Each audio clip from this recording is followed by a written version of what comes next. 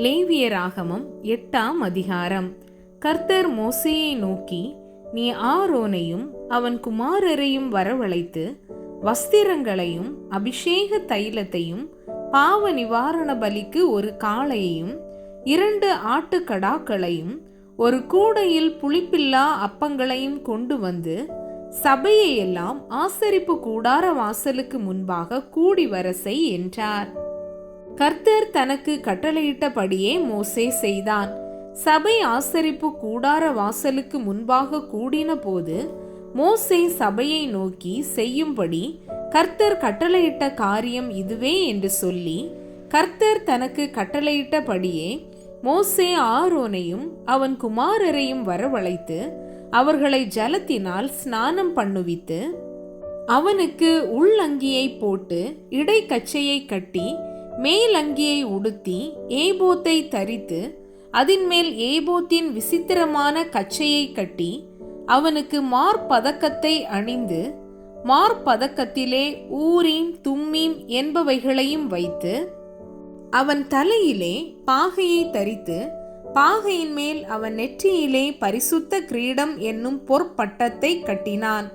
பின்பு மோசே அபிஷேக தைலத்தை எடுத்து வாசஸ்தலத்தையும் அதில் உள்ள யாவற்றையும் அபிஷேகம் பண்ணி பரிசுத்தப்படுத்தி அதில் கொஞ்சம் எடுத்து பலிபீடத்தின் மேல் 7 தரம் தெளித்து பலிபீடத்தையும் அதன் சகல பனிமூட்டுகளையும் தொட்டியையும் அதன் பாதத்தையும் பரிசுத்தப்படுத்தும்படிக்கு அபிஷேகம் பண்ணி அபிஷேக தைலத்திலே கொஞ்சம் ஆரோனுடைய சிரசின் மேல் வார்த்து அவனை பரிசுத்தப்படுத்தும்படி அபிஷேகம் பண்ணினான்.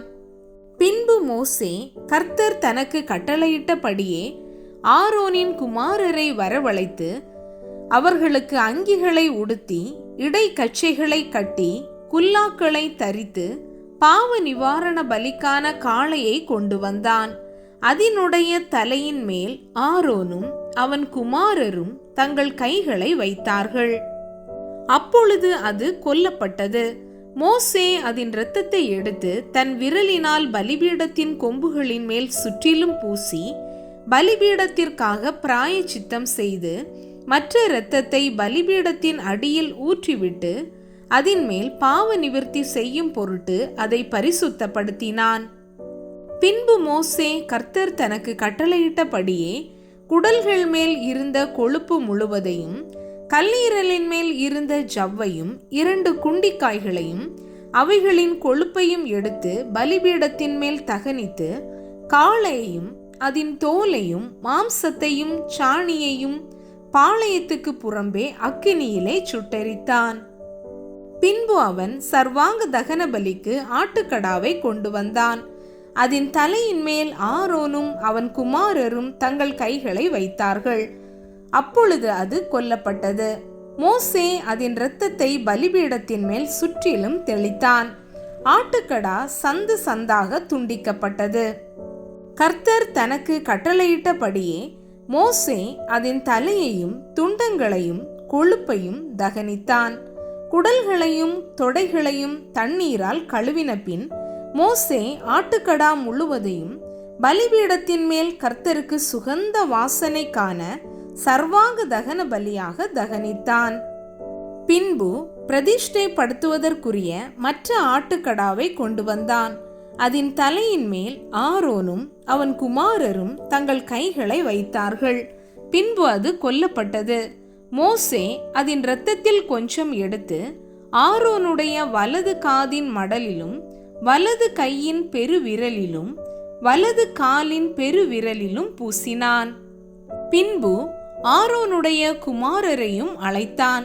மோசே அந்த இரத்தத்திலே கொஞ்சம் அவர்களுடைய வலது காதின் மடலிலும் வலது கையின் பெருவிரலிலும் வலது காலின் பெருவிரலிலும் பூசி இரத்தத்தை பலிபீடத்தின் மேல் சுற்றிலும் தெளித்து கொழுப்பையும் வாலையும் குடல்கள் மேலிருந்த கொழுப்பு முழுவதையும் கல்லீரலின் மேலிருந்த ஜவ்வையும் 2 குண்டிக்காய்களையும் அவைகளின் கொழுப்பையும் வலது முன்னந்தொடையையும் எடுத்து கர்த்தருடைய சந்நிதியில் வைத்திருந்த புளிப்பில்லா அப்பங்களின் கூடையிலுள்ள புளிப்பில்லா அதிரசத்தில் ஒன்றையும் எண்ணெயிட்ட அப்பமாகிய அதிரசத்தில் ஒன்றையும் ஒரு அடையையும் எடுத்து அந்த கொழுப்பின் மேல் முன்னந்தொடையின் மேல் வைத்து அவைகளை எல்லாம் ஆரோனுடைய உள்ளங்கைகளிலும் அவன் குமாரருடைய உள்ளங்கைகளிலும் வைத்து அசைவாட்டும் பலியாக கர்த்தருடைய சந்நிதியில் அசைவாட்டி, பின்பு மோசே அவைகளை அவர்கள் உள்ளங்கைகளில் இருந்து எடுத்து பலிபீடத்தின் மேல் இருக்கிற தகன பலியின் மேல் தகனித்தான். அவைகள் சுகந்த வாசனையான பிரதிஷ்டை பலிகள். இது கர்த்தருக்கு தகன பலியானது. பின்பு மோசே மார்க்கண்டத்தை எடுத்து அதை கர்த்தருடைய சந்நிதியில் அசைவாட்டும் பலியாக அசைவாட்டினான். கர்த்தர் மோசேக்கு கட்டளையிட்டபடியே பிரதிஷ்டையின் ஆட்டுக்கடாவிலே அது மோசேயின் பங்காயிற்று. மோசே அபிஷேக தைலத்திலும் பலிபீடத்தின் மேலிருந்த இரத்தத்திலும் கொஞ்சம் எடுத்து ஆரோன் மேலும் அவன் வஸ்திரங்கள் மேலும் அவன் குமாரர் மேலும் அவர்கள் வஸ்திரங்கள் மேலும் தெளித்து, ஆரோனையும் அவன் வஸ்திரங்களையும் அவன் குமாரரையும் அவன் குமாரரின் வஸ்திரங்களையும் பரிசுத்தப்படுத்தினான்.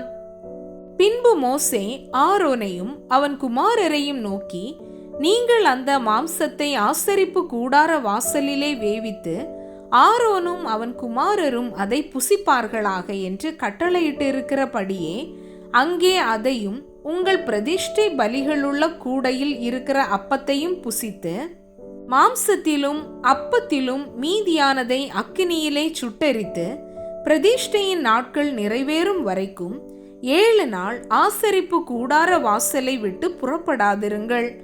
7 நாளளவும் நீங்கள் பிரதிஷ்டைப்படுத்தப்படுவீர்கள். இன்று செய்தது போல உங்கள் பாவ நிவிர்த்திக்காக இனிமேலும் செய்ய வேண்டும் என்று கர்த்தர் கட்டளையிட்டார். நீங்கள் சாகாதபடிக்கு 7 நாள் இரவும் பகலும் ஆசரிப்பு கூடார வாசலில் இருந்து கர்த்தருடைய காவலை காக்க கடவீர்கள். இப்படி நான் கற்பிக்கப்பட்டேன் என்றான். கர்த்தர் மோசேயை கொண்டு கட்டளையிட்ட எல்லா காரியங்களையும் ஆரோனும் அவன் குமாரரும் செய்தார்கள்.